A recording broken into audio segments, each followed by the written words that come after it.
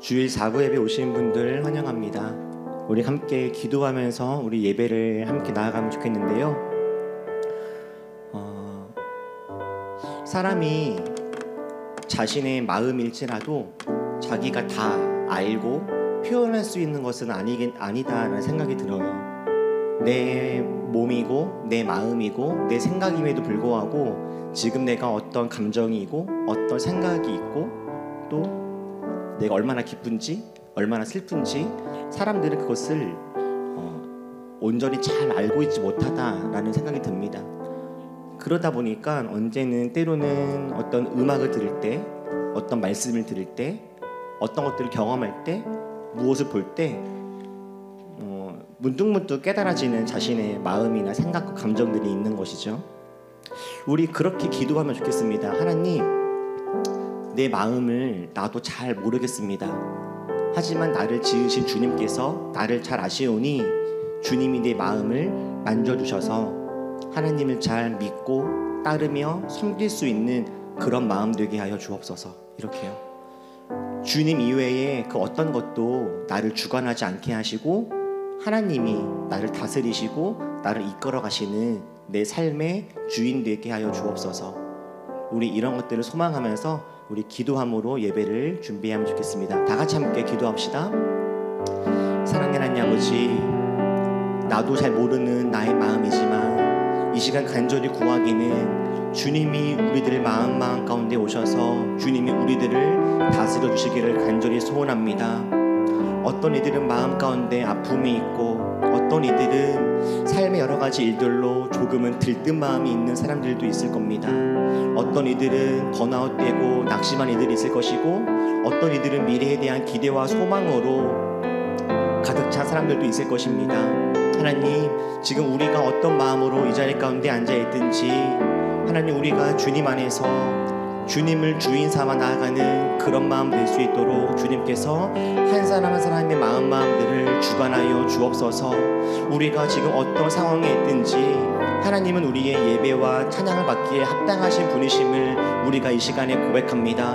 하나님, 우리가 힘을 다해서 주님을 찬양하고 고백하고 주님 말씀에 귀를 기울이는 이 시간 주님께서 우리 가운데 오셔서 주님의 일들을 행하여 주옵소서.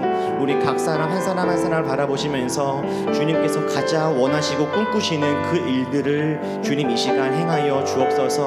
그리하여 우리가 주님을 온전히 믿고 따르는 우리들의 삶의 모습을 통하여서 주님께 영광 돌리는 우리가 되어지기를 소원합니다.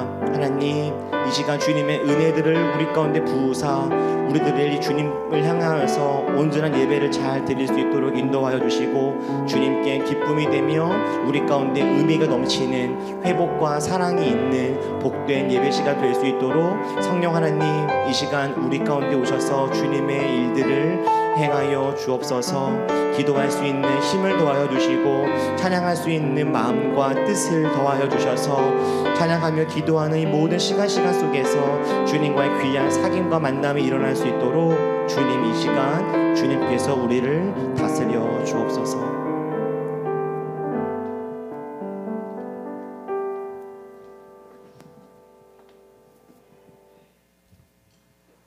우리 신실하신 주님께 기쁜 마음으로 찬양하며 나아가겠습니다.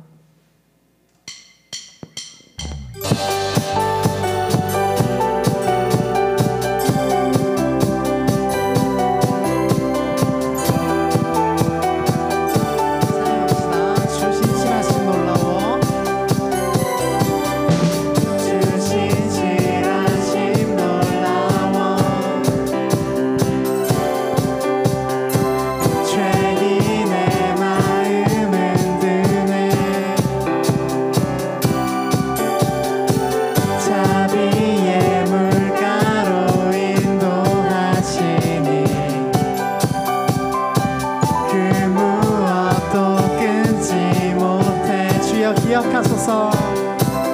주여 기억하소서. 주 백성 자녀들 신실한 주님의 약속, 주님의 은혜, 주님의 은혜 내게 넘치네.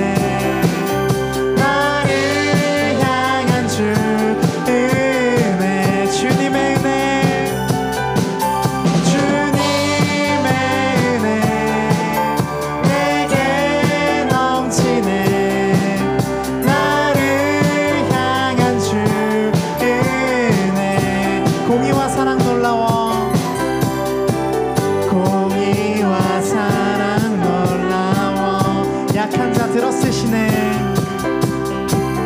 약한 자 들어 쓰시네. 구원의 노래로 인도하시니. 함께 찬양합시다. 만 백성 함께 찬양해. 주여 기억하소서. 주여 기억하소서. 주 백성 자녀들 신실한 주님의 약속. 주님의 은혜, 주님의 은혜 내게 넘치네. 나를 향한 주 은혜. 주님의 은혜, 주님의 은혜 내게 넘치네.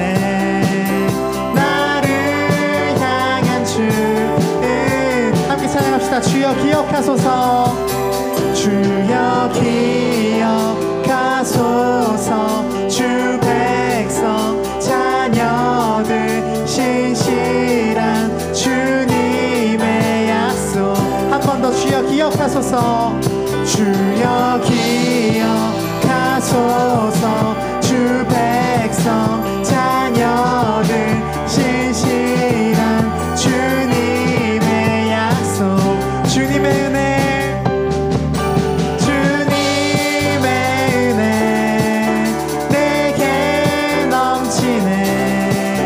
나를 향한 주 은혜. 주님의 은혜가 넘칩니다. 주님의 은혜 내게 넘치네. 나를 향한 주 은혜. 한 번 더. 주님의 은혜, 주님의 은혜 내게 넘치네.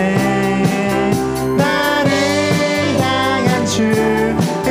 마지막으로 주님의 은혜, 주님의 은혜 내게 넘치네. 나를 향한 주 은혜.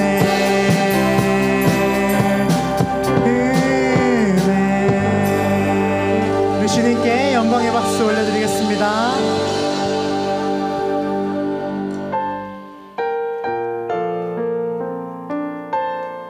우리 이 시간 예배자 되어서 우리 힘되시고 우리의 영광 되시는 주님께 예배하는 마음으로 찬양합시다. 나는 하나님을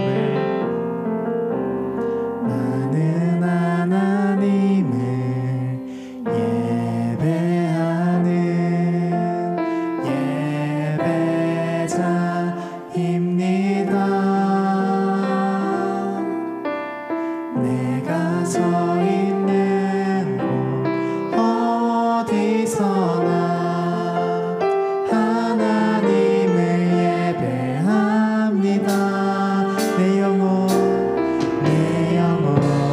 거룩한 은혜를 향하여 내 마음 완전한 하나님 향하여 이곳에서 바로 이 시간 하나님을 예배.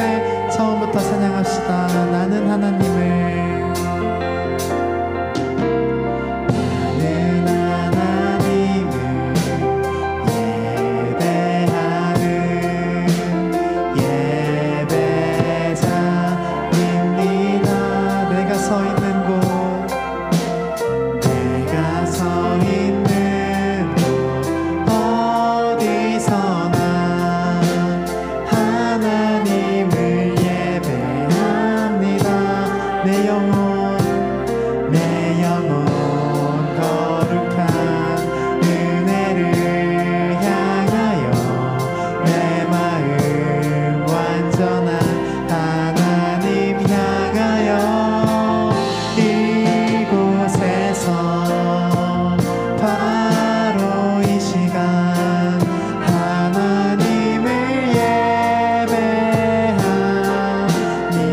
내 영혼 거룩한 내 영혼 거룩한 은혜를 향하여 내 마음 완전한 하나님 향하여 이곳에서 바로 이 시간 하나님을 예배하 마지막으로 찬양합시다. 내 영혼 거룩한 내 영혼 거룩한 은혜를 향하여 내 마음 완전한 하나님 향하여 이곳에서 바로 이 시간 하나님을 예배하니 낮은 곳으로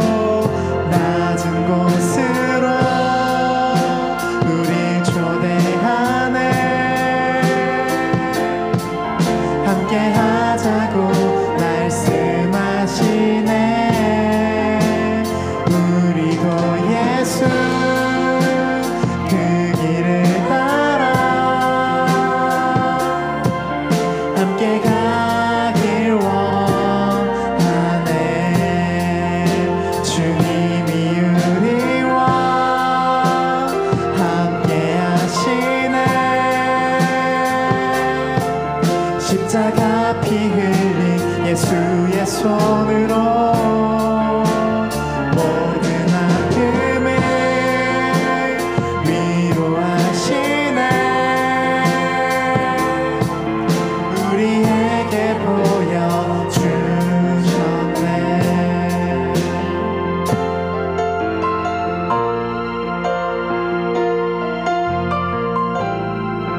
이 시간 처음부터 가사 묵상하시면서 찬양하겠습니다. 우리의 섬김이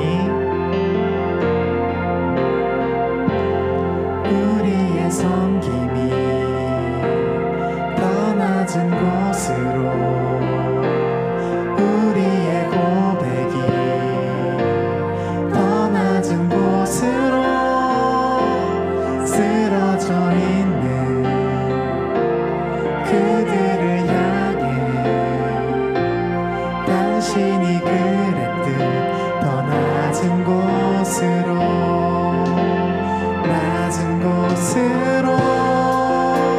우릴 초대하네.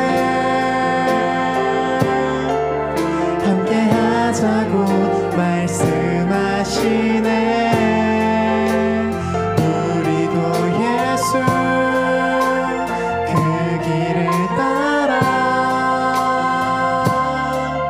함께 가길 원하네. 주님이 우리와 함께 하시네. 십자가 피 흘린 예수의 손으로 모든 아픔을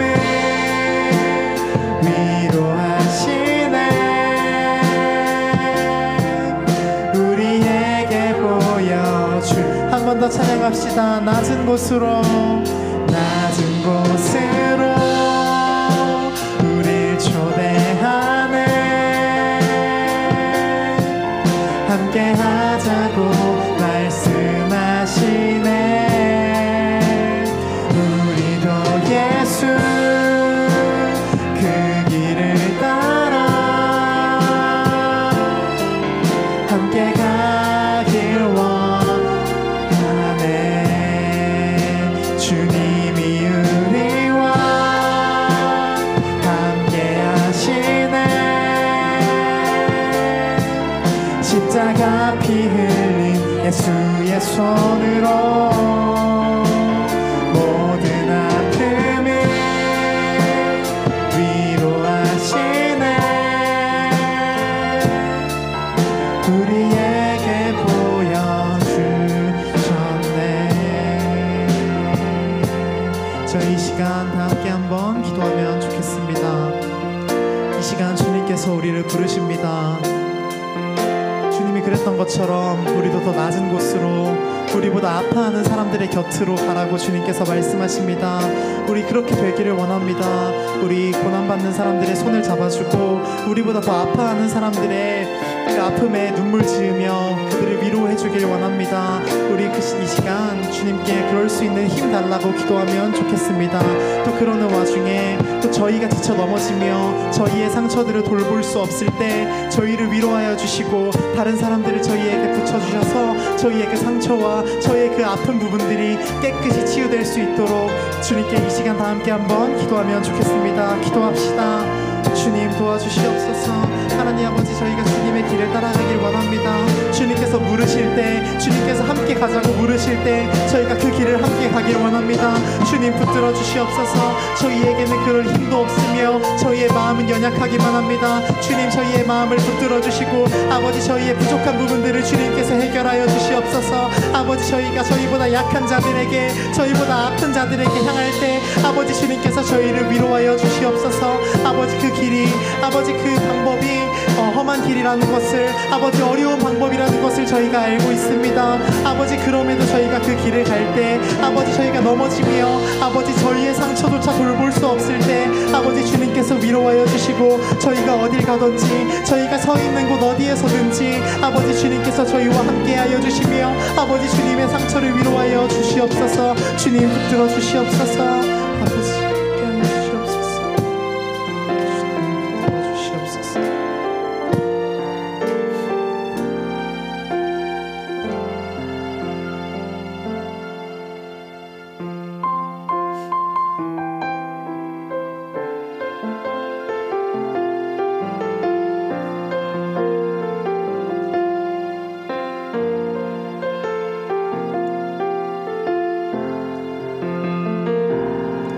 당신은 시간을 뚫고 이 땅 가운데 오셨네.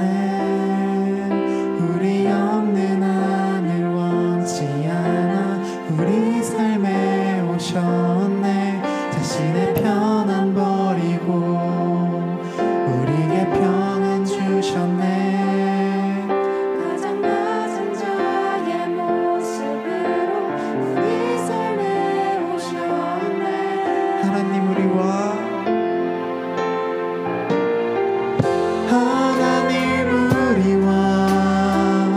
영원히 함께 하시네. 꿈없는 우리에게 그 나라 보여주시네. 연약한 자들의 친구가 되어주시고 힘없는 우리의 인생을 위해 하나님 우리와 영원히 함께 하시네. 꿈없는 우리에게 그 나라 보여주시네. 연약한 자들의 친구가 되어주시고 힘없는 우리의 인생을 이제 처음부터 찬양합시다. 당신은 시간을 뚫고 이 땅 가운데 오셨네. 우리 없는 하늘 원치 않아 우리 삶에 오셨네. 자신의 편안 버리고 우리에게 평안 주셨네. 가장 낮은 자의 모습으로 우리 삶에 오셨네. 하나님 우리와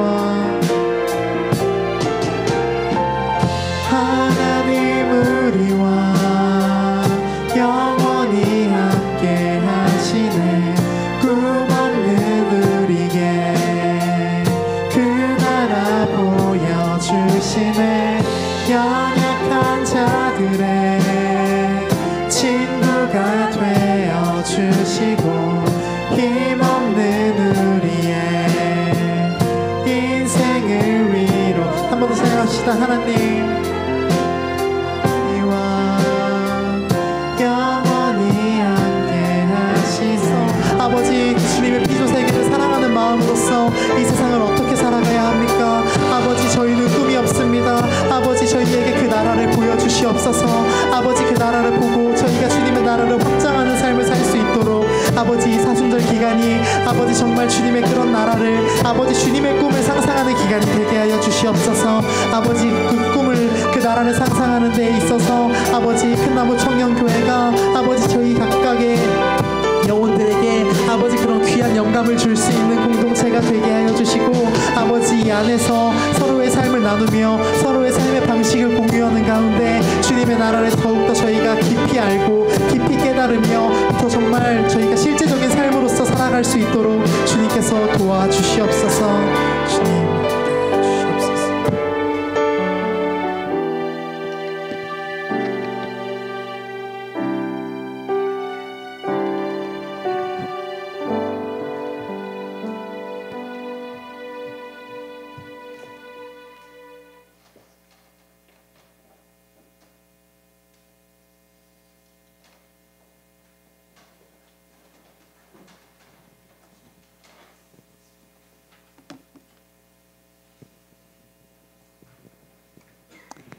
사랑의 하나님, 저희의 발걸음을 청년 예배의 자리로 인도하여 주심에 감사드립니다. 주님께서 허락하신 3월달이 밝았습니다. 새롭게 시작하는 설레임과 분주한 마음 가운데에 주님의 자리가 있었는지 되돌아봅니다. 마귀의 달콤한 유혹과 세상의 잘못된 가치관에는 마음을 빼앗기면서 주님의 말씀은 생각조차 하지 않았던 교만하고 게을렀던 모습들을 고백합니다. 연약한 우리들을 불쌍히 여겨주시고 다시 주님 앞으로 나아올 수 있도록 도와주세요. 특별히 새학기가 시작되는 3월입니다. 주님과 함께 동행하면서 첫 단추를 잘 끼울 수 있기를 원하며 각자의 자리에서 주님의 모습을 드러내는 반짝이는 청년들이 되게 해주세요. 오늘 말씀 전하실 목사님의 영과 육이 강건하도록 인도하여 주시고 또 드러나지 않는 곳에서 예배를 위해 수고하고 사모하는 모든 이들을 기억하여 주세요. 혹시 마음에 상처 입은 자 있다면 주님의 따뜻한 사랑을 느낄 수 있도록 어루만져 주세요. 오늘 예배를 통해 영광 돌리기를 원합니다.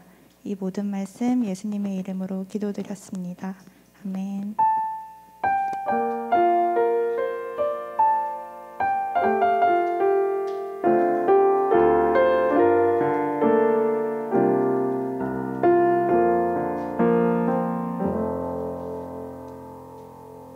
청년 예배 오신 여러분들 환영하고 축복합니다. 오늘은 제가 먼저 나왔는데 잠시 광고 드릴 게 있어서 왔습니다. 저희 지금 사순절 기간 동안 지금 올리브 채식 순례가 진행 중에 있습니다. 저희 이 참여 방법과 어떤 절차에 대해서 조금 혼란이 있었어서 제가 다시 한번 공지 드리러 나왔습니다. 저희 지금 기간은 사순절 기간 동안 저렇게 잡혀 있고요. 저희 대상은 새로운 삶의 방법을 통해 예수님을 기억하고자 하는 모두입니다. 꼭 청년뿐만이 아니라 정말 이런 생각과 방식을 묵상하고 싶으신 분은 언제든지 참여해 주시면 되겠습니다. 그리고 방법에 있어서 저희 각 주차에 해당하는 도전들을 실행하고 실천 내용들을 사진으로 남겨서 매주 주일 저한테 인증 사진을 보내주시면 되겠습니다. 저희 그 중간에 저희 청년부 카톡방에 제가 신청 링크를 잠깐 보냈었는데 거기다가 꼭 신청하지 않으셔도 되시고 그냥 자유롭게 채식순례 실천 빙고를 1주차에 해당하는 내용들을 이렇게 하셔서 저한테 보내주시면 주일마다 보내주시면 되겠습니다. 그리고 저희게 빙고인데요. 저희 지난주였죠. 1주차에는 뭐 원산지 기록, 기사나 자료 등을 찾아보고 저런 것들이 있었습니다. 그리고 저희 필수 항목이라고 써 있는 것들은 함께 꼭 참여해봤으면 좋겠습니다. 그리고 저희 제일 오른쪽에 있는 도전 주제들은 저희 예배와 주일 예배와 관련된 것들이거든요. 그래서 예배만 참석하셔도 저희 참여하실 수 있으니까 이렇게 주일마다 저한테 보내주시면 사진들 보내주시면 제가 잘 기록하고 나중에 이제 빙고를 가장 많이 완성하신 분께 기쁨의 상품을 또 드리도록 하겠습니다. 그래서 1주차 저희 3월 5일에 해당하는 저희 마지막 예배 챌린지는 청년들과 식사 교제를 하는 곳인데 저희 오늘 예배 후에 저희 지하 주차장에서 청년부에서 마련한 저희 파티가 있습니다. 저희 그 시간에 함께 참여해 주시면은 되시는 거니까 그렇게 참여해 주시면 되겠습니다. 지금 오늘 일요일이라서 저에게 보내주시면 되는데 굉장히 기대하고 있습니다. 많은 연락을 받기를 소망합니다. 그리고 1주차에 저희가 방법에 대한 미흡한 부분이 있어서 그 다음 주에도 1주차에 혹시 해당하는 챌린지들을 완성하셨다 하시면 저한테 함께 보내주셔도 되겠습니다.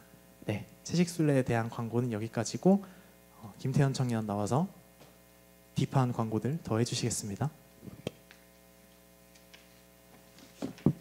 네, 딥한 광고 하러 나왔고요. 먼저 청년교회 예배에 오신 모든 분들을 환영합니다. 등록하길 원하시는 분들은 주보 옆에 있는 링크를 통해 신청 언제든지 하실 수 있고요. 그리고 이번 주에 생일을 맞은 청년이 2분이나 계신데요. 9일에 최건우 청년, 11일에 이상준 청년이 있으니 만날 때마다 축하한다고 해주시면 감사하겠습니다. 그리고 방금 안내해드린 채식순례를 포함한 사순절을 의미 있게 보내는 방법이 3가지나 있는데요. 우리를 위해 이 땅에 오신 예수님을 기억하는 사순절을 의미 있게 보내는 3가지 방법이 있습니다. 네. 자세한 내용은 주보 QR코드에 있으니까 참고해 주시면 감사하겠습니다. 그리고 오늘 이제 예배가 끝나고 삼겹데이라고 되어 있는데 결혼식이고요. 삼겹살이 결혼을 한다고 하고 오늘 청년 예배 후에 식사 교제입니다. 오늘 셀 모임은 그래서 따로 없고 식사하면서 서로 재밌게 얘기도 하고 삼겹살도 많이 준비되어 있다고 하니까 많이 참여해 주시면 감사하겠습니다. 이상으로 이경주 목사님 나오셔서 말씀 전해 주시겠습니다.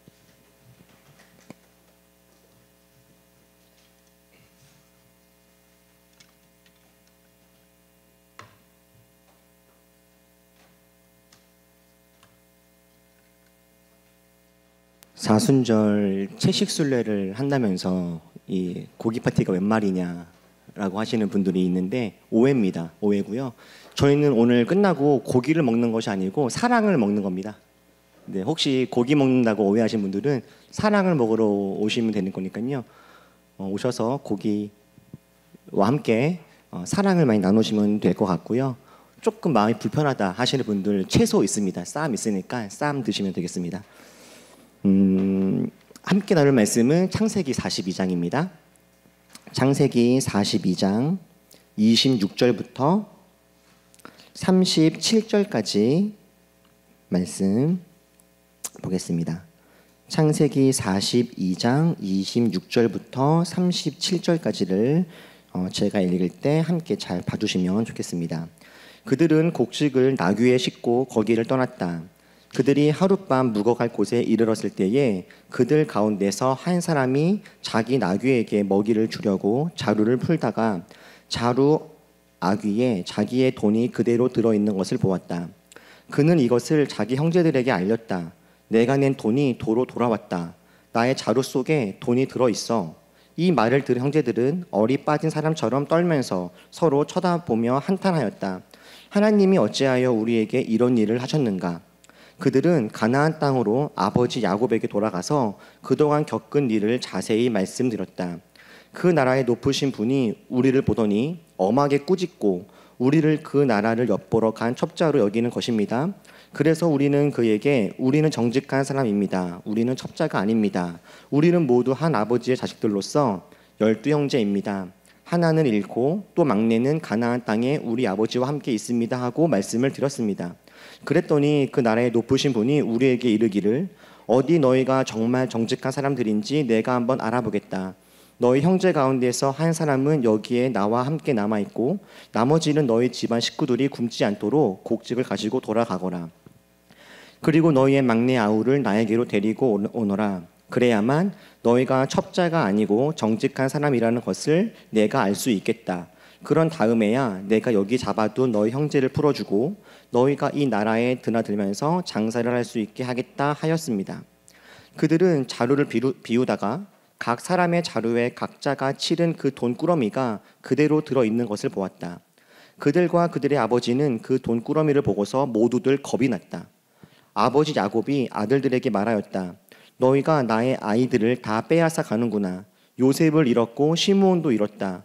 그런데 이제 너희는 베냐민마저 빼앗아 가겠다는 거냐? 하나같이 다 나를 괴롭힐 뿐이로구나. 르우벤이 아버지에게 말하였다. 제가 베냐민을 다시 아버지께로 데리고 오지 못한다면 저의 두 아들을 죽이셔도 좋습니다.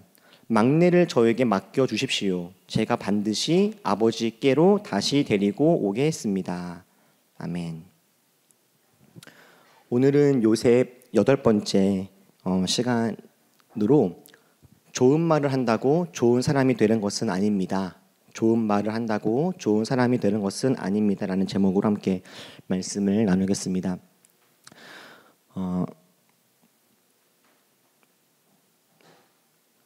이거 넘어가게 해주실래요? PPT? 네. 여러분 이 어벤져스죠? 어벤져스 영화 아시죠?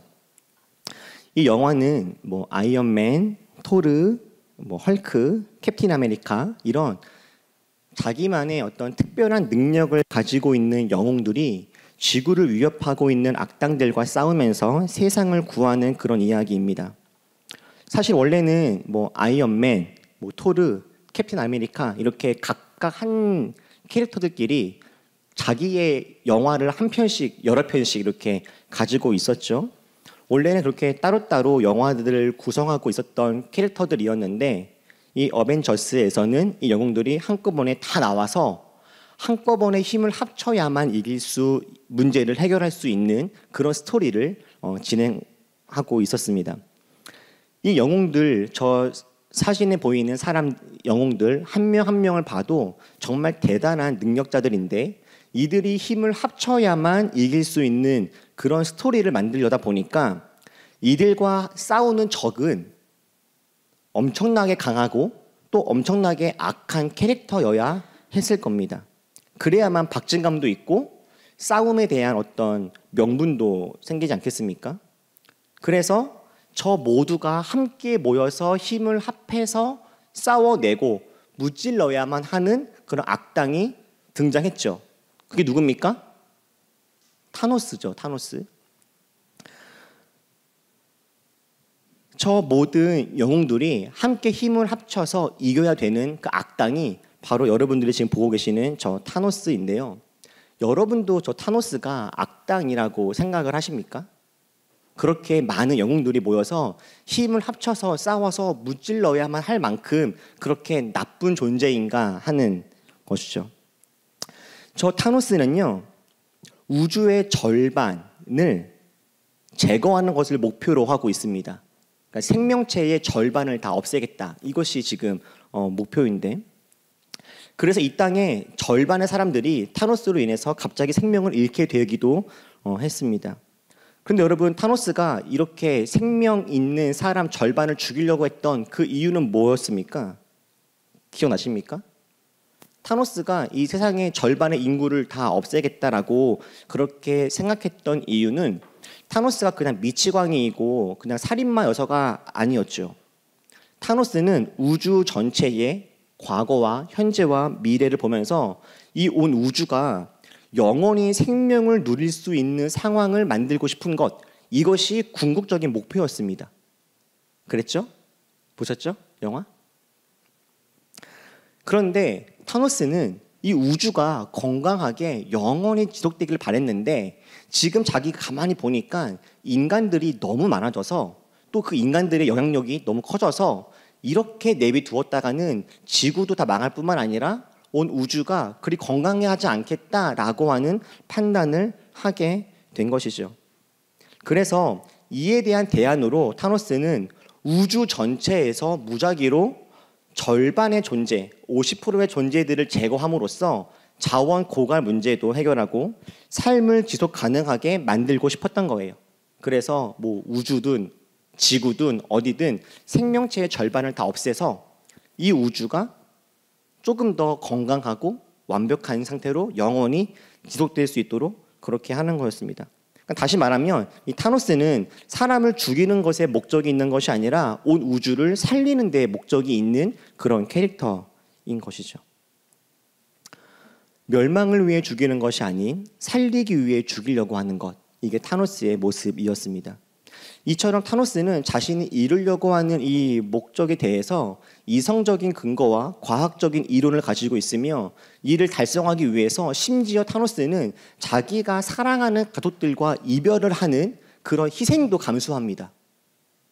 무차별적으로 막 죽이고자 하는 그런 또라이는 아닌 거죠.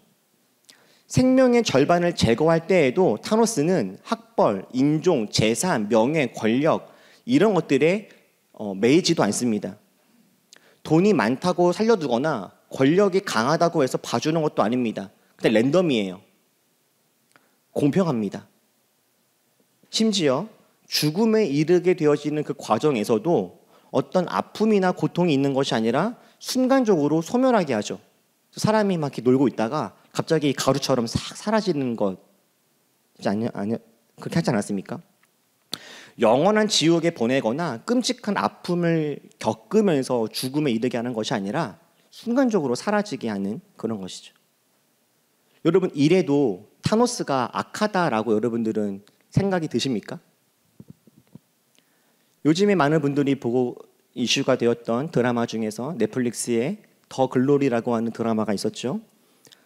저기에서 동은이라고 하는 캐릭터, 저 성혜교 분이 연기했던 그 캐릭터는 자기의 고등학교 동창들을 못 살게 굽니다. 지금 사진으로만 봐도 성혜교 분, 저 동은이라는 친구가 고등학교 동창인 하얀 옷을 입고 있는 친구를 지금 무릎 꿇리고 있죠. 저기 보시면 누가 나쁜 사람 같습니까? 지금 서 있는 동은이가요, 친구 무릎을 꿇리고 겁을 주고 있는 상황이에요. 저 동은이라고 하는 성혜교 분이 연기했던 저 캐릭터는 친구들의 뒷조사를 하고 친구의 남편에게 몰래 접근하고 그리고 심지어 친구의 딸의 담임 선생님이 되어서 그 친구를 협박도 합니다. 야, 내가 너 딸 담임이야? 이렇게 그 친구를 위협하기도 해요. 왜 이런 일을 벌였습니까? 저 동은이라고 하는 저 캐릭터는요, 고등학교 때 말로 다 할 수 없는 폭력을 당했어요. 그런데 경찰이나 선생님, 심지어 부모님에게조차 보호받지 못했고 저들의 잘못을 단죄하지 못했습니다. 그래서 어쩔 수 없이 사적으로 복수를 하게 되었던 거죠. 여러분, 동은이는 잘하고 있는 건가요? 아니면 잘못하고 있는 겁니까? 고등학교 때 당했던 어마어마한 폭력의 상처를 가지고 지금은 사적인 복수를만 이렇게 행하고 있는데요. 동은이의 모습이 선하다고 볼 수 있습니까? 아니면 악하다고 우리는 볼 수 있겠습니까? 잘 모르겠죠? 우리는 동은이가 선한지 악한지 무죄인지 유죄인지 우리가 쉽게 판단할 수는 없을 겁니다. 다만 그냥 가슴이 아프고 동은이의 저 행동이 공감이 될 뿐이겠죠. 여러분, 이처럼 어떤 사람들의 삶을 잘 돌아보면 이 사람이 착한 사람인지 착하지 않은 사람인지 쉽게 판단할 수가 없었습니다. 과거에 나와 있던 영화, 드라마, 어떤 소설, 작품들을 보면 선과 악이 분명하죠. 그런데 요즘 여러분들이 주로 보게 되어지는 작품들을 보다 보면 선과 악이 그리 분명하지 않습니다. 심지어 뭐 조커 같은 경우 있잖아요. 배트맨 조커 같은 경우에도 다크나이트라는 영화를 보면 이 조커가 어떻게 하다 보니까 저렇게 나쁜 악당이 되었는지가 나오지 않습니까? 그걸 보다 보면 어떤 마음 한켠에 참 불쌍하고 안 됐다라고 하는 마음이 들게 되죠. 어떤 사람이 악하다, 착하다, 괜찮다, 괜찮지 않다라고 우리는 그냥 쉽게 단정짓기 어려운 그런 것이구나 하는 것들을 많이 깨닫게 되는 거죠. 사실 하나님이 저희들에게 판단하지 마라 말씀하신 것이 저는 이런 의미가 아니겠는가 싶습니다. 분명히 어떤 행위에 대해서는 옳다, 나쁘다를 우리는 알 수 있지만 그래서 이 사람이 무죄다, 유죄다라는 것을 우리는 쉽게 판단할 수는 없는 거죠. 자, 그렇다면 여러분, 이 사람은 어떻습니까? 이 사람? 르우벤이요. 르우벤은 착한 사람입니까? 착하지 않은 사람입니까? 지난주 우리가 함께 말씀을 나눴던 것처럼 이스라엘 족보에서 야곱의 영적인 승계는 원래 장남인 르우벤에게 가는 것이 자연스럽습니다. 모든 영적인 승계 그리고 아버지의 권리는 다 장자에게 넘어가는 것이 그게 이스라엘의 관례였습니다. 그래서 야곱이 갖고 있었던 모든 영적, 육적 권리들은 다 장자였던 르우벤한테 가는 것이 그게 옳죠. 그런데 지난주에 말씀을 보았던 것처럼 야곱의 영적, 육적 그 권리는 장자 르우벤에게 간 것이 아니라 넷째 유다한테 갔습니다. 유다가 가장 하나님 마음을 닮았기 때문이기도 하고, 다른 말로 말하면 르우벤은 그만큼은 아니었다라는 이야기이기도 합니다. 르우벤에게는 아버지의 모든 권리를 다 이어받을 만큼 어떤 자격이 부족했다라는 거죠. 그런데 여러분, 사실 말씀을 잘 살펴보면 형제들 중에서 요셉을 죽이지 않고 살리려고 했던 사람, 시므온이 갇혀 있을 때 누구보다 먼저 시므온이 있는 애굽으로 돌아가자라고 이야기했던 사람, 다름 아닌 유다가 아니라 르우벤입니다. 르우벤. 창세기 말씀을 보면요, 37장에서 아직 요셉이 애굽에 팔리기 전에 저 아이 죽여버리자 라고 했을 그때 요셉을 죽이지 말자라고 이야기했던 사람이 르우벤이죠. 르우벤은 요셉을 살려주고 싶었습니다. 그래서 아버지에게 잘 보내주고 싶었어요. 그래서 르우벤은 요셉을 그들에게서 건져내서 아버지에게 되돌려보낼 생각으로 그렇게 말을 했죠. 창세기 42장에 봐도요, 그렇습니다. 르우벤이 아버지에게 이야기합니다. 베냐민을 데리고 제가 힘이 들고 어렵지만 애굽에 돌아가서 제가 그 애굽에 갇혀 있는 시므온과 애굽에 가겠습니다. 그래서 제가 문제들을 해결하겠습니다. 베냐민을 제가 지켜내겠습니다라고 그렇게 먼저 이야기도 하죠. 이처럼 르우벤도요, 유다만큼이나 사실 훌륭한 모습들이 있습니다. 옳은 말들을 했습니다. 자기가 책임지려고 했고 자기를 희생해서라도 어떤 일들을 감당하려고 하는 모습들도 보이죠. 거기다가 혈통적으로도 르우벤이 장남인데 왜 르우벤은 유다처럼 믿음의 계보에 오르지 못했을까?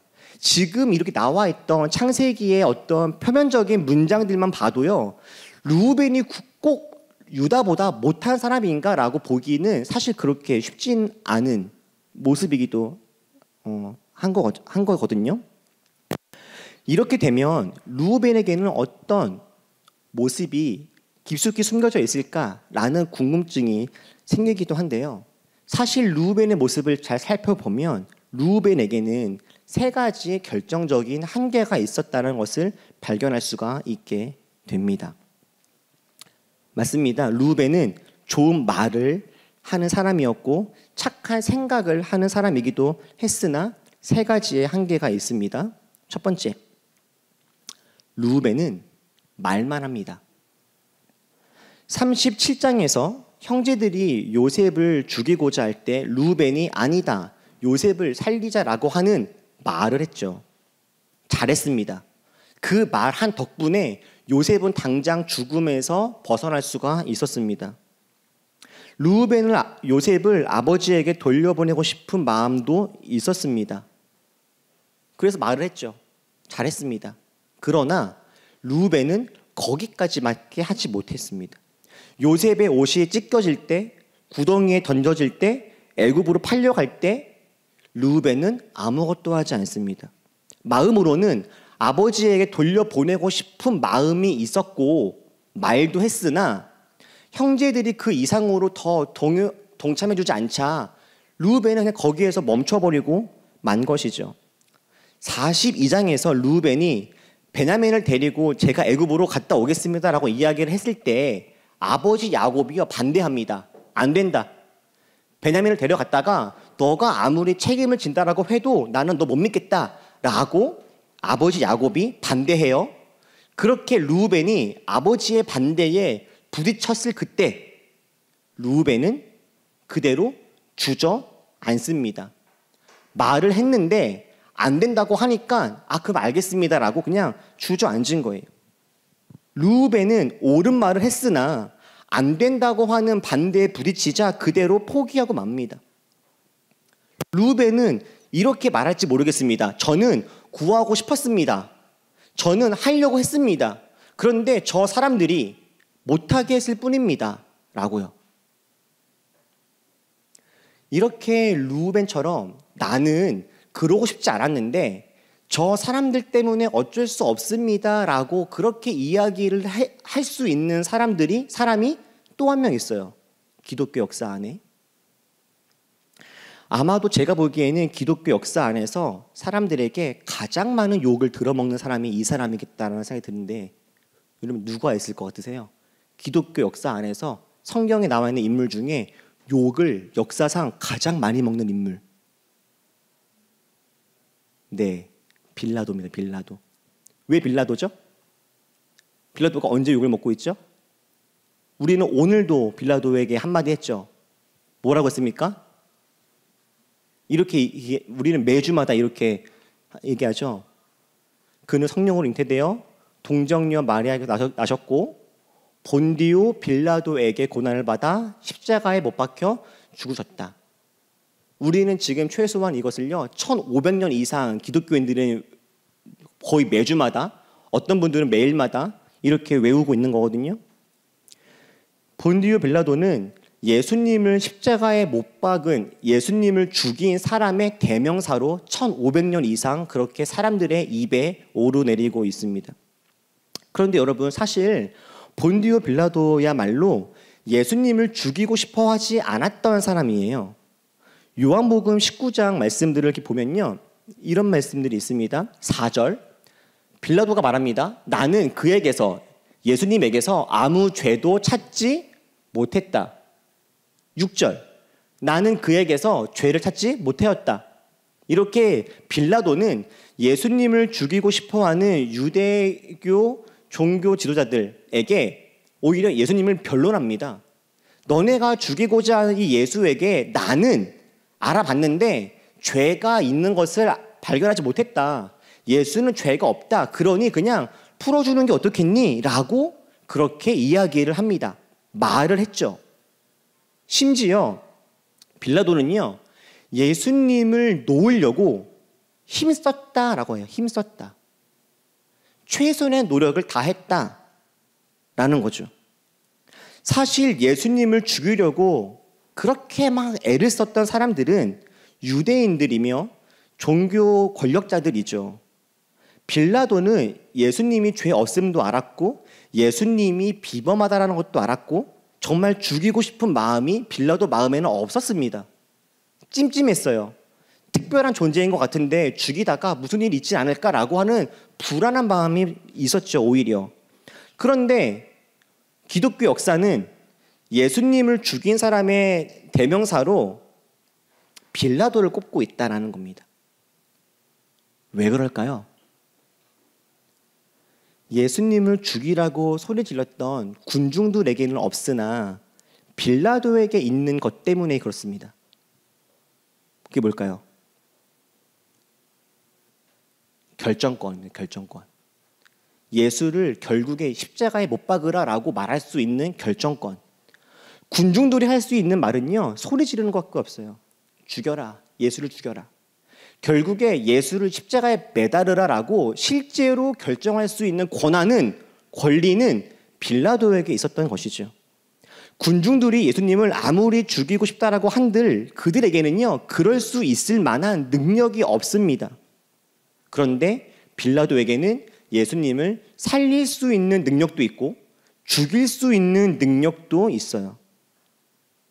그러나 빌라도는 자기한테 있었던 그 능력을 예수님을 살리는 데 쓰지 않고 결국 예수님을 죽이는 데 쓰고 맙니다. 왜요? 어쩔 수 없어서가 아닙니다. 빌라도가 어쩔 수 없이 예수님을 죽인 것이 아니에요. 빌라도가 예수를 십자가에 못 박으라라고 결정을 내렸던 그 이유는 그것이 자기한테 유익하기 때문이었습니다. 그렇게 하지 않았다가는 이스라엘에 폭동이 일어나고 이스라엘에 폭동이 일어나면 당시에 평화를 되게 중요하게 여겼던 로마 황제가 거기는 평화롭지 않구나. 담당자가 누구야? 빌라도구나. 빌라도를 죽여라. 이런 시나리오가 뻔하게 예상되어졌기 때문에 빌라도는 결국 자기를 지키기 위해서 예수님을 죽인 것뿐이에요. 빌라도가 만약 예수님을 정말 살리겠다라고 했다면 빌라도는 예수님을 잠시 살려둘 수 있었겠죠. 그리고 빌라도는 이렇게 많은 사람에게 하나님 나라 안에서 욕을 먹지는 않았을 겁니다. 여러분, 차라리 빌라도에게 능력이 없었으면 좋을 뻔했습니다. 능력이 없다면 책임을 질 것이 없습니다. 다행이죠. 그런데 능력이 있다면 책임져야 합니다. 여기 있는 모든 분들은 다 많은 능력들을 갖고 싶어 하실 것 같은데요. 여기에 있는 모든 분들은 다 돈을 많이 벌고 싶어 할 것 같아요. 여기에 있는 모든 분들은 다 웬만한 권력이 더 많았으면 좋겠다라고 여기실 것 같은데요. 그러면 동시에 뭐가 늘어납니까? 책임이 늘어납니다. 책임이. 가난한 자들에게는 이 돈을 내가 어떻게 사용해야 되는지에 대한 책임이 크지 않습니다. 그러나 돈이 많은 분들에게는 그 돈을 어떻게 사용해야 되는지에 대한 책임이 그에게는 따르겠죠. 권력이 없으면 권력에 대한 책임이 없지만 권력이 있는 사람들에게는 책임이 따를 겁니다. 빌라도는 예수님을 살리지 못한 게 아니라 살리지 않은 것이고 죽일 수밖에 없었던 것이 아니라 자신의 의지를 가지고 십자가에 못 박은 거예요. 여러분, 우리 마음에 아무리 선한 뜻이 있다, 좋죠. 좋은 말을 하고 선한 마음이 있는 것 너무너무 좋은 것입니다. 중요합니다. 그러나 정말 중요한 건 결국 나의 의지와 내가 갖고 있는 능력을 활용해서 해야 할 일을 하는 것 또는 하지 말아야 할 일을 하지 않는 것, 이게 중요합니다. 무엇이 옳은지 그른지를 아는 것, 옳은 이야기를 하는 것, 이건 그리 중요하지 않을 수 있겠다 싶어요. 내가 주님께 받은 내 안의 능력과 고난을 결국 나는 어떻게 발휘하는가, 어떻게 사용하는가, 이것이 중요하죠. 분명 말에는 힘이 있습니다. 그러나 말에는 분명한 한계가 있습니다. 그리고 위험성도 있어요. 옳은 말을 하는 사람들이 얻을 수 있는 가장 큰 위험이 뭡니까? 자기가 자기를 속일 수 있다는 거에 있어요. 저도 한국교회에 대해서 자주 이야기를 하는 사람 중에 한 명으로서 항상 마음속에 경계하는 것 중에 하나가 그겁니다. 한국교회는 이게 문제야. 목사님들은 이게 문제야. 지금 이 시대는 이게 문제야. 이런 이야기를 할 때 제가 가장 많이 속을 수 있는 게 뭐냐면 마음속에 나는 그렇지 않아 라는 거예요. 한국교회는 참 이런 게 문제가 많아 라고 말을 하면서 그 말의 의미 뒤에 저는 숨어 있는 거죠. 나는 그렇지 않은데. 목사님들은 참 요즘에 이래. 아이고 참 말도 안 돼 라고 말을 하면서 속으로는 나는 그렇지 않아 라고 숨어 있는 거죠. 그러나 누가 봐도 저도 그 무리 중에 한 사람이고 한국교회 구성원 중에 한 사람이겠죠. 그리고 제 삶을 돌아봐도 사실 주님 보시기에 부끄러운 게 얼마나 많겠습니까? 그런데 이렇게 옳은 말, 괜찮은 말, 정답 같은 말들을 하면서 마치 나는 선하고 의롭고 괜찮은 사람인 것 같은 착각을 스스로 할 수 있게 되는 거예요. 어제 저희 청년 중에 몇 명 친구들하고 재밌는 이야기들을 많이 나눴어요. 무슨 얘기 많이 했었나요? 성소수자 얘기들 이런 얘기도 해보고, 그리고 낙태법에 관련된 이야기, 배아복제 이런 이야기, 이런 어떤 신학적으로 고민해 범직한 여러 가지 주제들에 대해서 이야기를 막 나눠봤어요. 이것이 옳다, 저것이 그르다, 이렇게 해야 된다, 저렇게 좋지 않을까, 이런 고민들을 함께 나눈 거죠. 그런 이야기들을 한참 나누다가 문득 그런 말이 들었어요. 다 중요하죠. 다 중요합니다. 그런데 정작 그런 것들에 대해서 우리가 함께 모여서 우리가 옳다라고 여겨지는 방향을 우리가 아무리 생각하고 말한다고 한들 진짜 우리한테 오늘 필요한 게 뭘까 봤더니 삼겹살을 구워 먹는 그 시간에 혹시 우리 중에 누군가 혼자 있진 않을까 돌아보는 거. 고기를 구워야 되는 그 순간에 혼자만 먹지 않고 내가 구워야지라고 이야기할 수 있는 그 마음들. 누군가가 다 정리하겠지, 설거지 하겠지라고 하는 그 순간에 내가 먼저 가가지고 기름때 묻은 접시를 내가 닦으려고 하는 그 마음들. 이런 게 더 중요하겠구나라는 생각이 드는 거예요. 아무리 우리가 세상에서 이야기하는 여러 가지 주제와 담론을 가지고 아무리 옳은 말들을 한다라고 한들 지금 여기 있는 사람들끼리 인사하는 것이 어색하고 서로 배려하고 존중하는 것이 어색하면 이런 말들이 어떤 의미가 있을까? 물론 해야죠. 중요합니다. 그런데 이런 말을 함으로 인해서 속을 수 있는 거예요. 우리는 마치 괜찮은 사람이고 사랑하고 있는 사람인 것 같은 착각. 르우벤이 바로 그런 사람 중에 한 명이었던 거예요. 뿐만 아니라 르우벤에게는요 심각한 아주 큰 죄가 있었습니다. 창세기 35장에 보니까요, 지금 뒤에서 저희 아이들이 이 말씀을 듣고 있는데 우리 아이들에게 잠깐 귀를 막고 싶은 이야기. 그래 안녕. 9절이 나와요. 자, 르우벤이 아버지의 첩 비라를 범하였다. 그럼 이게 무슨 말입니까? 이게 말도 안 되는 일이 벌어졌어요. 야곱에게는 2명의 아내와 2명의 첩이 있습니다. 레와와 라헬이 야곱의 아내이고요. 실바는 레아의 몸종, 비라는 라헬의 몸종이에요. 그렇게 4명의 여자에게서 야곱은 12명의 아들을 낳습니다. 그리고 저 12명이 이스라엘의 12지파가 되죠. 그런데 뭐라고 했습니까? 아까 르우벤이 누구를요? 비라를 나쁜 짓을 한 거예요. 비라에게. 자, 왜 비라였을까요? 르우벤은 왜 실바가 아니라, 왜 라헬이 아니라 왜 비라였을까요? 비라가 가장 약한 사람이기 때문입니다. 아버지의 사랑과 지지를 받고 싶은 르우벤의 입장에서 사실 가장 미운 거, 가장 질투가 나고 싫은 사람은 어머니의 라이벌 라헬입니다.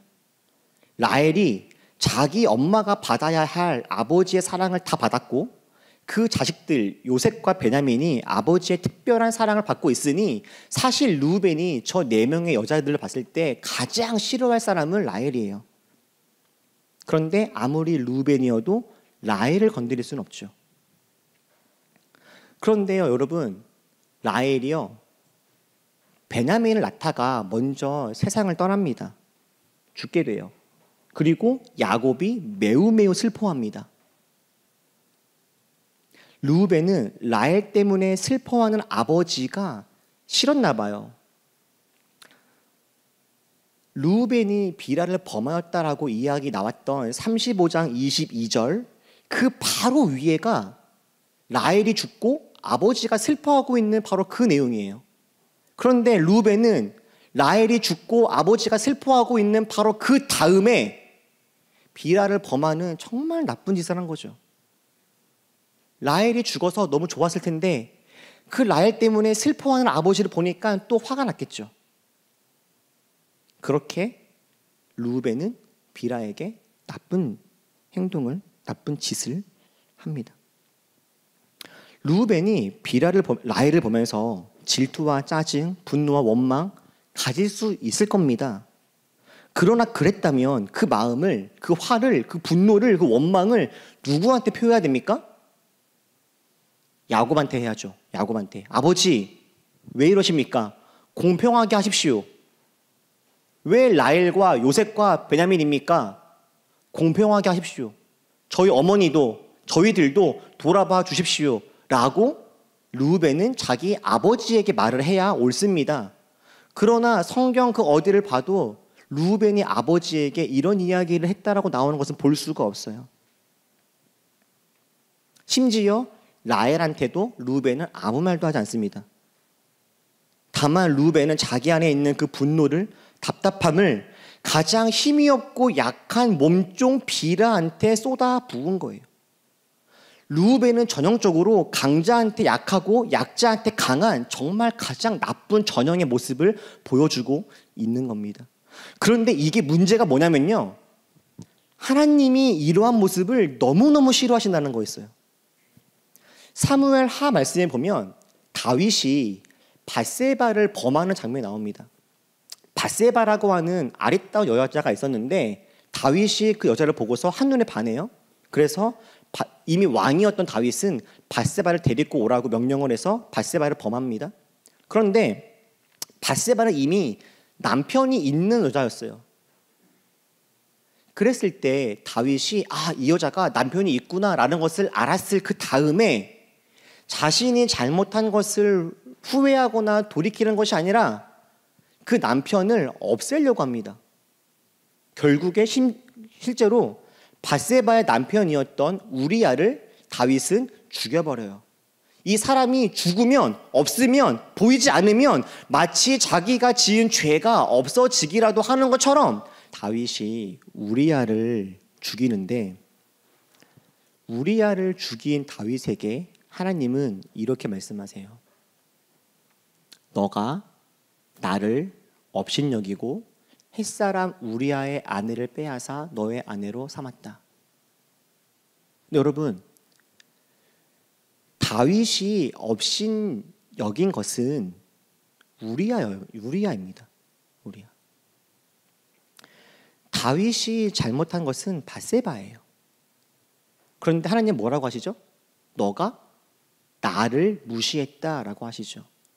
다윗은 말할 겁니다. 하나님, 저는 하나님을 경외합니다. 저는 하나님을 인정합니다. 하나님이 살아계시고 존재하시다는 것을 저는 의심하지 않습니다. 저는 다만 우리야에게 잘못한 것이죠. 그것을 인정합니다.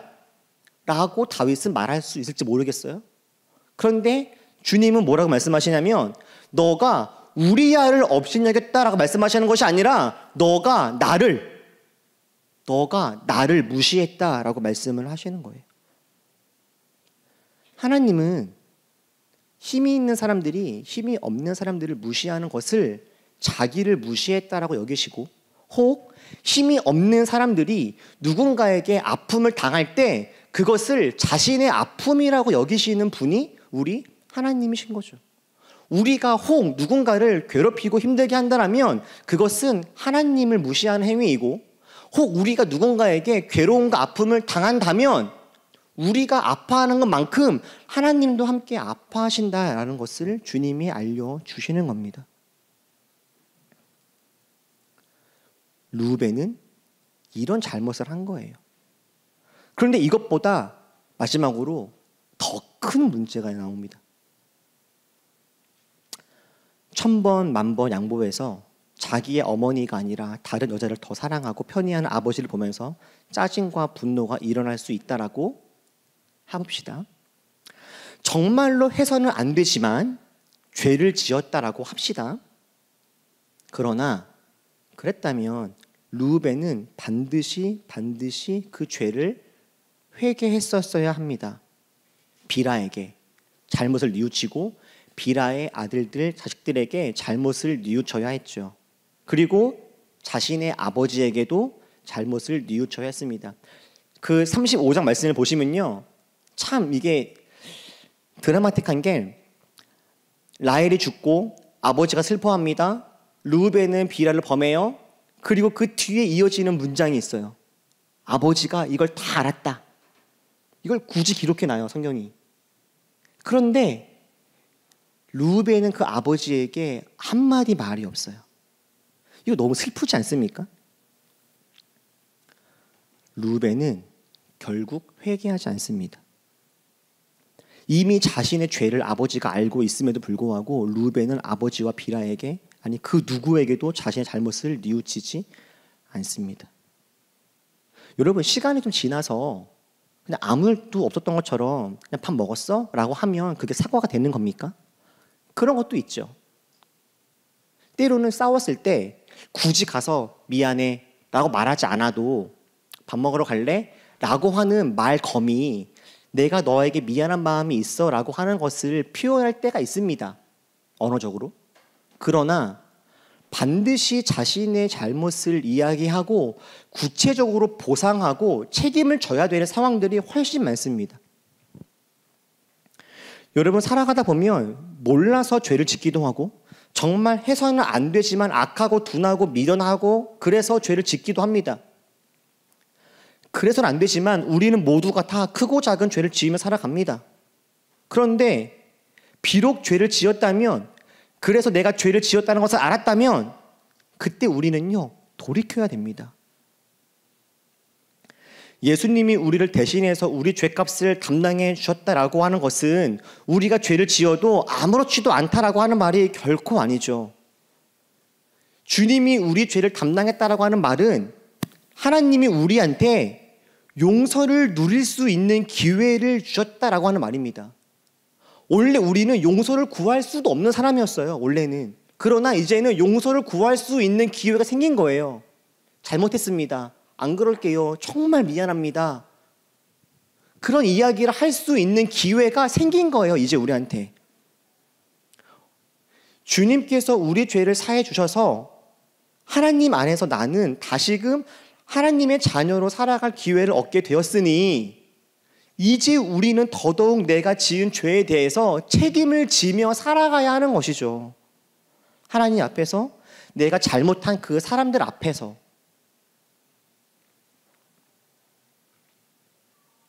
여러분, 인생을 살아가다 보니까, 그리고 성경과 우리 주위의 삶을 보니까 인간들 중에는요, 완벽하게 착한 사람도 없고 완벽하게 나쁜 사람도 없다 라는 것을 깨닫게 됩니다.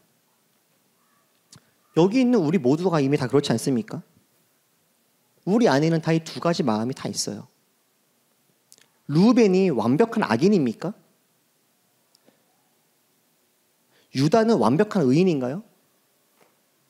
두 명 모두에게는 다 공도 있고 나쁜 것도 있죠. 중요한 것은 그 두 가지 마음이 있을 때 결국 어떤 마음을 따라 나의 삶의 걸음을 내딛느냐, 이걸 겁니다. 주님을 따르고자 하는 마음과 따르고자 하는 마음, 따르지 않으려는 마음이 있을 때, 이 두 가지 마음이 있을 때 어떤 마음을 따를 것이냐. 여러분, 선한 마음을 갖는 것, 그것만으로는 충분하지 않습니다. 선한 마음을 갖는 것이 아니라 선하게 살아내야 됩니다. 시작이 반이라는 말이 있죠. 우리가 선한 말을 하고 선한 마음을 품는 것, 반을 한 거일 수 있습니다. 그러나 반밖에 안 한 거예요. 갈 길이 많습니다, 아직도. 하나님이 결국 원하시는 사람은 완벽한 사람이 아니라 그 죄 안에서 씨름하고 있는 사람이에요. 불의와 싸우는 사람. 완벽하게 이겨서 순수하게 선한 사람이 아니라 아는 만큼 살아내려고 하는 사람.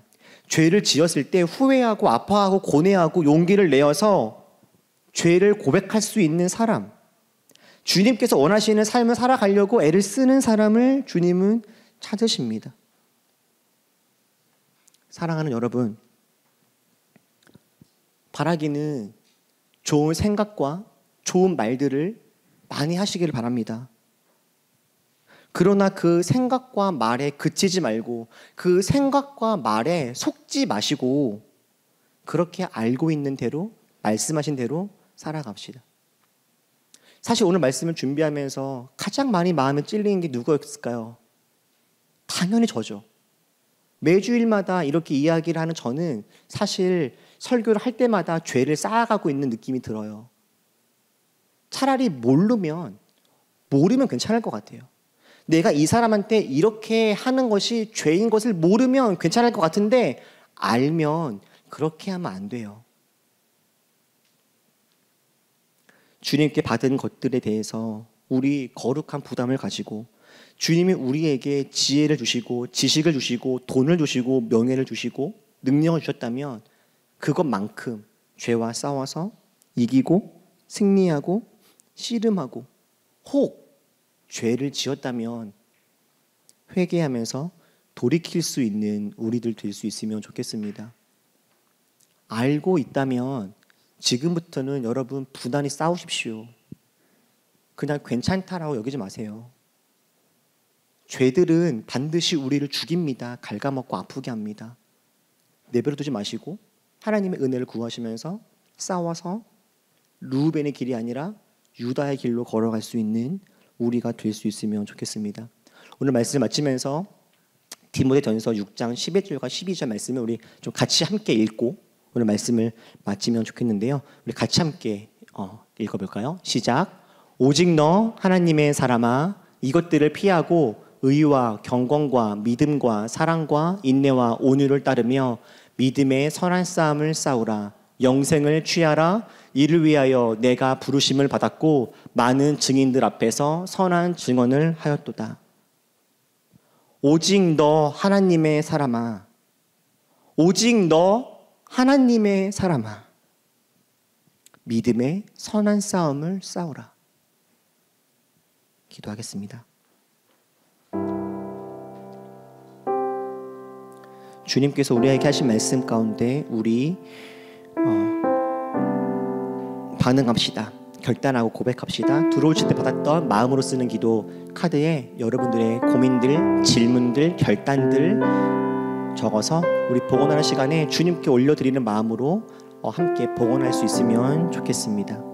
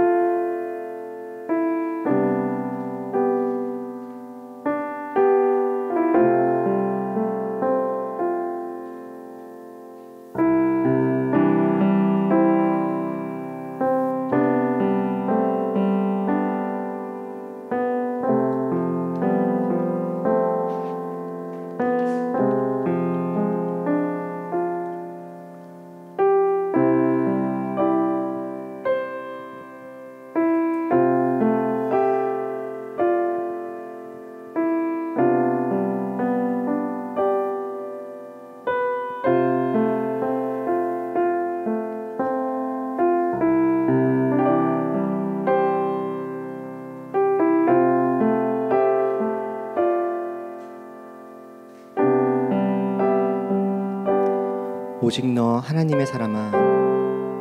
오직 너 하나님의 사람아. 오직 너 하나님의 사람아. 믿음의 선한 싸움을 싸우라. 이 말씀은 믿음의 선한 싸움을 이미 모두 승리한 사람에게 주신 말씀이 아닙니다. 믿음의 선한 싸움을 싸우라고 격려하시는 주님의 음성입니다. 이미 죄악 속에서 허덕이고 있는 사람들에게도 주님은 이렇게 말씀해 주십니다. 오직 너 하나님의 사람아.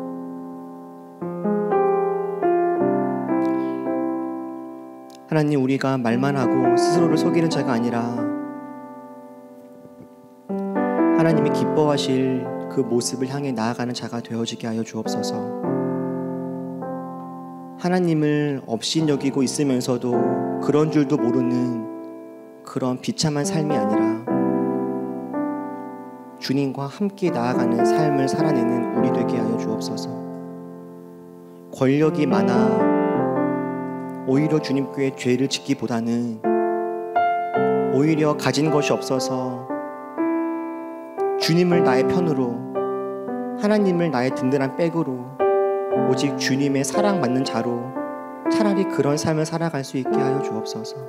우리 찬양하면서 이런 마음으로 같이 기도합시다.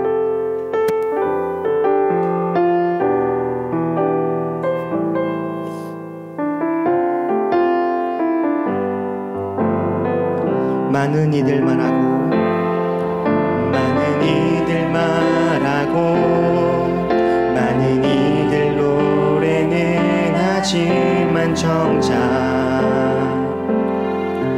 가진 않는 길 두려운 생각보다 많이 힘들고 험한 길보단 그저 말로만 가려기에 점점 멀어져만 가네. 내게 생명 주었던 그 길 점점 이용하려 하네. 내게 사랑 주었던 그 길 다시 복음 앞에 다시 복음 앞에 내 영혼 성에 주님 만나 그때 나 다시 돌아가 주님께 예배드리며 다시 십자가의 길 걸으리. 많은 이들 말하고 많은 이들 말하고 많은 이들 노래는 하지만 정작 가진 않는 길 두려운 생각보다 많이 힘들고 험한 길보단 그저 말로만 가려기에 점점 멀어져만 가네. 내게 생명 주었던 그 길 점점 이용하려 하네. 내게 사랑 주었던 그 길 다시 복음 앞에 다시 복음 앞에 내 영혼 성에 주님 만나 그때 나 다시 돌아가 주님께 예배드리며 다시 십자가의 길 다시 복음 앞에 다시 복음 앞에 내 영혼 성에 주님 만나 그때 나 다시 돌아가 주님께 예배드리며 다시 십자가의 길. 이제 다 같이 함께 기도할 때 하나님 루벤의 모습으로 살지 않게 하여 주옵소서. 말과 생각으로만이 아니라 우리들의 삶으로 주님을 온전히 경외하게 하시고 삶으로 주님을 예배하는 자가 될 수 있게 하여 주옵소서. 혹시 우리 안에 주님께서 기뻐하지 않으실 만한 모습들이 있다라면 이 시간 기억나게 하시되 하나님 우리가 어쩔 수 없다라고 핑계대는 것이 아니라 싸울 수 있는 은혜들을 더하여 주옵소서. 하나님 이제는 우리가 승리를 경험하기를 소원하오니 죄와 싸워서 이길 수 있는 은혜들을 우리 가운데 더하여 주시고 싸워 나갈 수 있는 귀한 마음과 용기들을 우리 가운데 허락하여 주옵소서. 혹시 내가 잘못한 것이 있다라면 용서를 구할 수 있는 용기도 주시고 주님과의 관계를 회복할 수 있도록 주님 나를 새롭게 인도하여 주옵소서. 주셔서 다 같이 함께 기도하겠습니다. 기도합시다. 사랑의 하나님 아버지, 주님께서 우리를 긍휼히 여겨 주옵소서. 하나님 우리를 불쌍히 여겨 주옵소서. 하나님 우리로 루벤처럼 살아가지 아니하게 인도하여 주시옵소서. 루벤의 길이 아니라 하나님 우리가 유다의 길로 요셉의 길로 걸어갈 수 있도록 인도하여 주옵소서. 하나님 우리들의 마음 가운데 아버지의 마음을 더욱더 부어주셔서 우리가 어쩔 수 없다라고 아버지 우리가 좌절하고 포기하지 아니하게 하시고 하나님 우리로 힘써 싸울 수 있는 귀한 마음들을 허락하여 주옵소서. 하나님 우리로 포기하지 아니하게 해주시고 사랑의 길을 걸어갈 수 있는 귀한 마음들을 더하여 주옵소서. 하나님을 업신여기지 아니하게 하시고 주님을 따라 걸어갈 수 있는 귀한 은혜들이 하나님 우리 가운데 있도록 인도하여 주옵소서. 하나님 우리가 말로만 생각으로만 마음으로만이 아니라 정말로 우리들의 삶으로 주님을 예배하고 경외할 수 있도록 하나님 우리들의 그 신앙과 삶과 마음과 믿음을 주님께서 주장하여 주옵소서. 단지 주님이 존재하시다는 것을 우리가 인정하는 것을 머무르지 아니하게 하시고 부단히 우리가 애를 쓰며 씨름할 수 있기를 소원합니다. 그 걸음걸음들아 주님을 만나기를 소원합니다. 주님의 칭찬과 우리가 은혜를 누리기를 소원하오니 아버지 우리에게 그 은혜를 더하여 주옵소서. 하나님 우리에게 주님의 그 놀라운 마음들을 부어 주옵소서. 하나님 이 시간 간절히 소원하기를 하나님 우리에게 우리 안에 있는 죄가 보여지기를 소원합니다. 죄와 싸울 수 있게 되기를 소원합니다. 우리가 주님을 닮아내기를 소원합니다. 하나님 우리가 주님을 알아가고 닮아가고 누려갈 수 있는 귀한 은혜가 우리 가운데 있을 수 있도록 하나님 우리에게 그 은혜를 더하여 주옵소서. 오 하나님 우리에게 성령의 은혜를 부어주시사 하나님과 함께 동행하며 주님이 원하시는 그 길로 나아갈 수 있도록 하나님 함께 하시고 인도하여 주옵소서. 우리 시간에 한 가지만 더 같이 기도할 때 하나님은 힘이 없어 누군가에게 억압받고 고통받고 있는 그 사람들을 보시면서 내가 무시받았고 내가 업심여김 당했다 말씀하십니다. 약한 자의 아픔을 그 사람의 아픔으로만 두시는 것이 아니라 내가 아프다라고 말씀하시고 억울한 자의 모습을 보시면서 억울했겠구나 그냥 말씀하시는 것이 아니라 내가 억울하다 말씀하십니다. 힘이 들고 어려운 사람들의 삶을 보시면서 주님이 더욱더 분노하시고 주님이 더욱더 아파하십니다. 우리 시간 그 하나님을 바라보며 한 번 더 기도할 때 하나님 우리 안에 크고 작은 이런저런 어려움과 아픔들이 있습니다. 이런 나를 보시면서 하나님이 함께 아파하시고 함께 우리와 동행하시고 우리가 울 때 함께 우시고 우리에게 힘을 주시는 분이신 줄을 이 시간 우리가 깨닫습니다. 나 때문에 분노하시는 주님, 내가 당하는 억울함 때문에 함께 억울해하시는 주님, 그 주님 때문에 우리가 새 힘을 얻기를 다시금 세상을 나아갈 용기를 얻기를 원하오니 주님 우리와 언제나 함께 하셔서 우리의 힘이 되어 주옵소서. 우리 주님의 도우심과 능력 구하며 이 시간 다시 한 번만 더 기도합시다. 기도하겠습니다. 사랑의 하나님 아버지 감사합니다. 약한 자의 편에서 언제나 우리와 함께 하시는 주님의 사랑을 기억합니다. 내가 아파하고 억울해하고 힘들어하고 있을 그때 나와 함께 아파하시고 나보다 더 분노하시고 나보다 더 억울해하시는 주님의 그 마음을 돌아봅니다.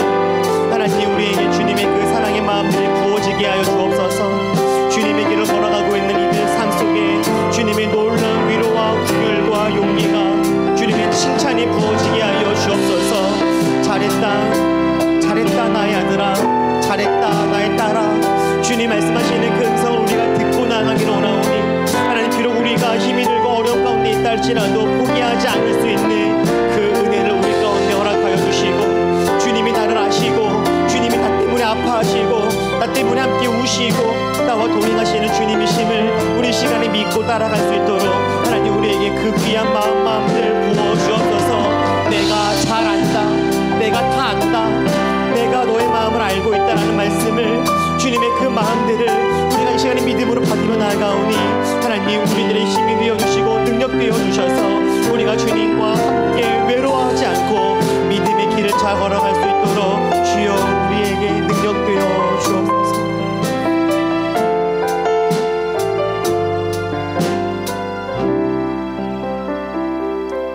사랑의 주님, 때로는 우리가 오해했습니다. 옳은 말을 한다고, 옳은 생각을 하고 있다고, 어느 정도의 신앙생활을 내가 하고 있다고, 나 꽤나 괜찮은 사람인 것처럼 살았습니다. 그러나 주님, 이 시간 주님께서 우리들의 모습을 돌아보게 하시고 더욱더 주님을 닮아가고자 하는 열정과 마음을 주시니 감사합니다. 자기가 자기를 속이지 않고 하나님 안에서 부단히 애를 쓰며 죄와 싸워 이기고 주님을 닮아가는 우리가 될 수 있도록 하나님 우리에게 주님의 은혜를 더하여 주옵소서. 때로 주님께서 원하시는 그 길을 걸어가다가 우리가 겪게 되어지는 크고 작은 어려움이 있을 때마다 주님께서는 우리보다 더 아파하시고 더 화내시고 더 분노하시고 또 우리에게 감당할 수 있는 힘과 용기를 주시는 분이심을 또한 이 시간에 깨달으며 위로와 힘을 얻사오니 주님, 우리 그 주님과 함께 삶의 예배를 잘 드릴 수 있도록 아는 것에 그치지 않고 살아내는 연습들을 부단히 하는 우리가 될 수 있도록 비록 쓰러지고 넘어져도 주님의 사랑을 기억하며 십자가의 은혜를 바라보며 다시금 일어날 수 있도록 주님 우리를 일으켜 주옵소서. 주님께 감사드리며 예수님의 이름으로 기도했습니다. 아멘. 우리 말씀을 듣고 고백했던 우리 마음으로 쓰는 기도를 우리 주님께 봉헌하는 마음으로 우리 봉헌하시고 찬양하시겠습니다.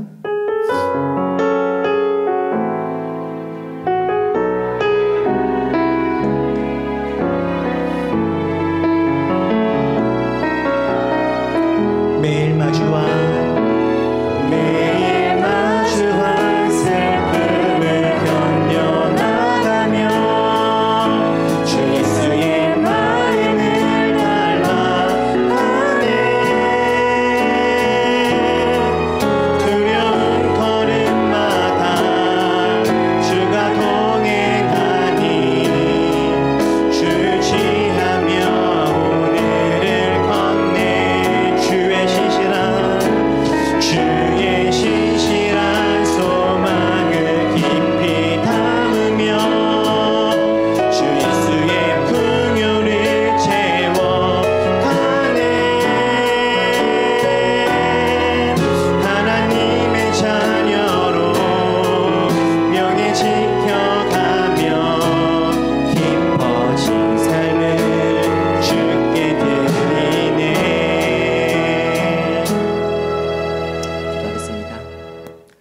우리의 모든 것 주님 것임을 고백하며 우리들의 마음과 예물과 또 시간과 정성을 주님께 드립니다. 주님께서 마음껏 사용하시고 주의 뜻대로 이끌어 주셔서 우리들의 이 작은 것들이 하나님의 놀라운 일들을 감당하는데 잘 쓰여지도록 인도하시고 우리의 인생이 정말 하나님 안에서 의미 있는 인생으로 그렇게 채워지도록 주님께서 이끌어 주옵소서. 모든 것 주님 것임을 고백하며 예수님의 이름으로 기도했습니다. 아멘.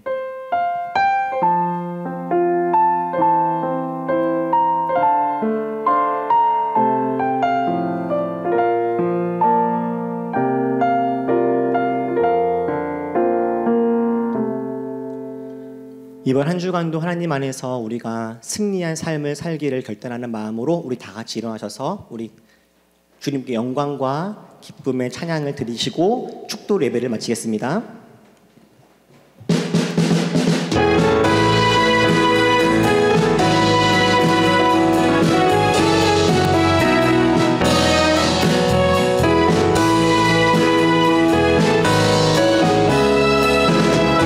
하나님이 우리를 승리케 하실 것입니다. 여호와를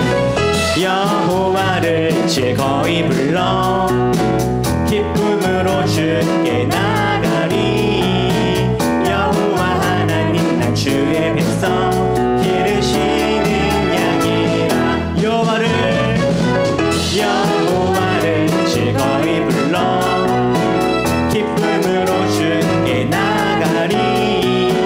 여호와 하나님 나 주의 백성 기르시는 양이. 감사함으로 주를 높이며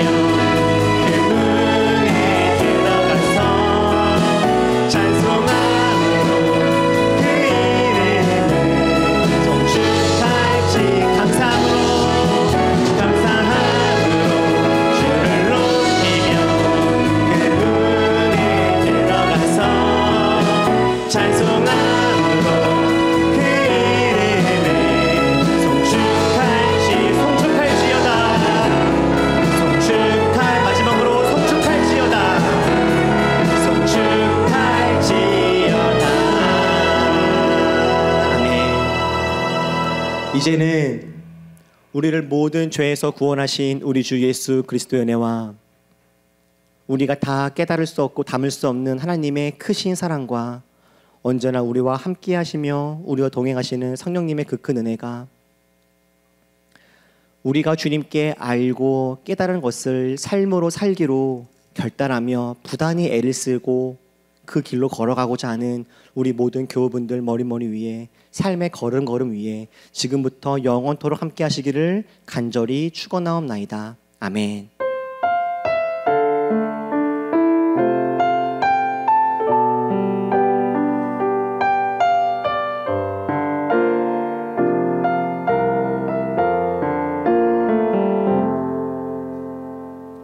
감사합니다. 예배를 마쳤습니다. 두 가지 잠깐 안내 드리겠습니다.